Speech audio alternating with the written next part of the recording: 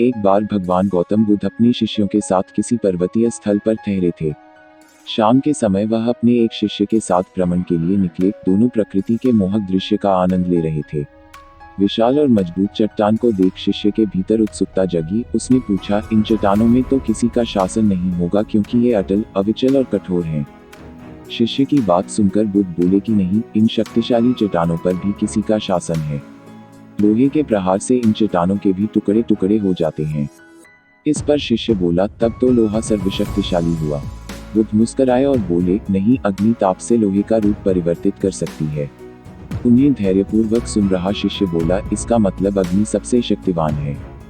बुद्ध ने फिर उसी भाव से उत्तर दिया, नहीं, जल अग्नि की उष्णता को शीतलता में परिवर्तित कर देता है तथा अग्नि को शांत कर देता है।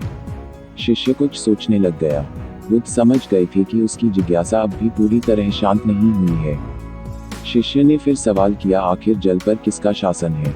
भगवान बुद्ध ने उत्तर दिया, वायु का। वायु का वेग जल की दिशा को बदल देता है। शिष्य कुछ कहता इससे पहले ही बुद्ध ने कहा कि अब तुम कहोगे पवन सबसे शक्तिशाली हुआ।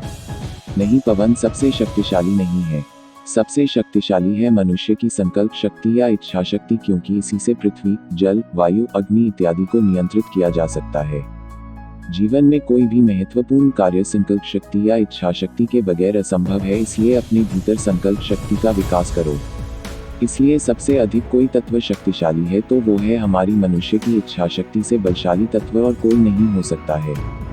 यदि हम कोई काम अपनी इच्छा से करें तो हमें सफल होने में कोई नहीं रोक सकता है। इसलिए हमें अगर सफल होना है तो कोई भी काम अपनी इच्छा से करना चाहिए, क्योंकि हम सफल तभी हो पाते हैं जब हम दूसरों की नहीं बल्कि खुद अपनी इच्छा से कोई काम में अपना 100% देते हैं। खुद अपनी इच्छा से शुरू किया हुआ काम कभी भी रुकता नहीं है और उसमें हमेशा सफलता मिलती ही है। ऐसी व्यक्ति के सामने झुक जाती हैं सारी शक्तियाँ।